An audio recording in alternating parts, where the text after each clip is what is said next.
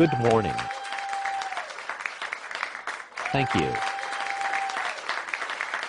Thank you. Please sit down. Thank you.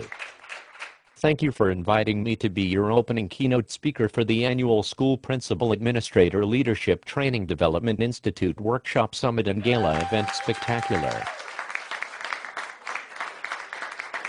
Make sure you get a ticket for the raffle, and be sure to tip your server. As you know, the theme for the summit this year is, since you cannot kill teachers, what should you do? I hope to share some effective strategies and techniques and best practices with you, and maybe a good joke or two. That reminds me of a joke. How many teachers does it take to change a light bulb? 7. It is, because they are so stupid. Thank you. But seriously, I think the first point to make is that teachers have way too much free time. There is a saying.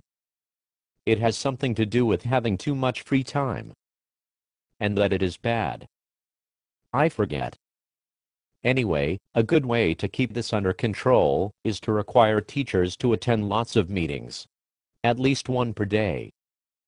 The meetings don't have to be about anything, but attendance should be monitored closely. Teachers will complain about the meetings. But they are always complaining about something. Am I right? I know. They are such babies. Thank you.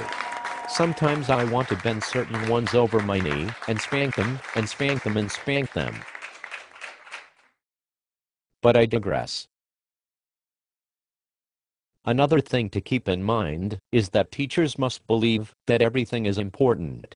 No matter how many directives and requirements you give them, and no matter how small, tedious, and trivial they may be, teachers must be made to believe that they are all a matter of life and death, and remember that directives are most effective at demoralizing teachers and taking up their time if they contradict one another. Let me give you an example.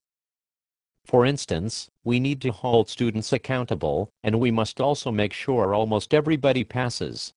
Teachers will tie themselves in knots trying to figure out what to do. And everybody loses. Everybody except you. That's right. Another suggestion is to insist that teachers are preparing all students for college. At the same time, require teachers to call parents every time little Johnny shit for brains skips class, or doesn't turn in a paper. My next point almost goes without saying, but I will mention it briefly anyway. Teachers should be required to collect a lot of data.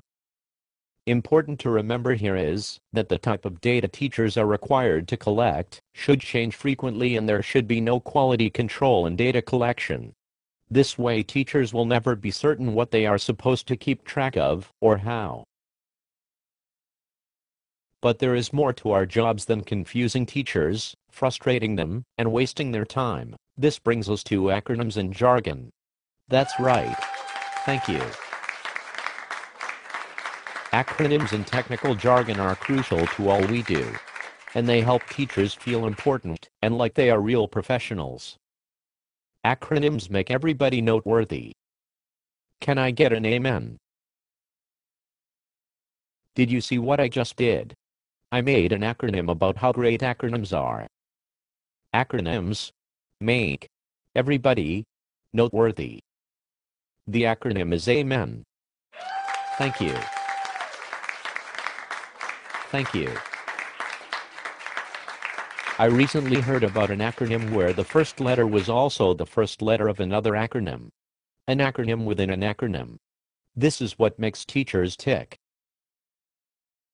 I should also mention Teacher Appreciation Week.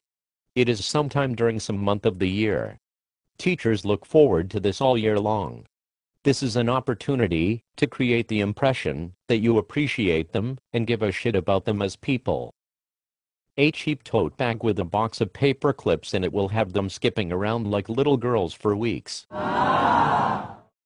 But in addition to oppression and false kindness, we must always remember that teachers are inferior to us. Therefore, we must act accordingly. Be polite, but not friendly. Remember that they look to us for guidance. So always have lots of suggestions ready anytime you see a teacher. In closing, let me leave you with this thought. Teachers are lazy. They do not care about kids and are not to be trusted. Thank you. I will see you at the bar.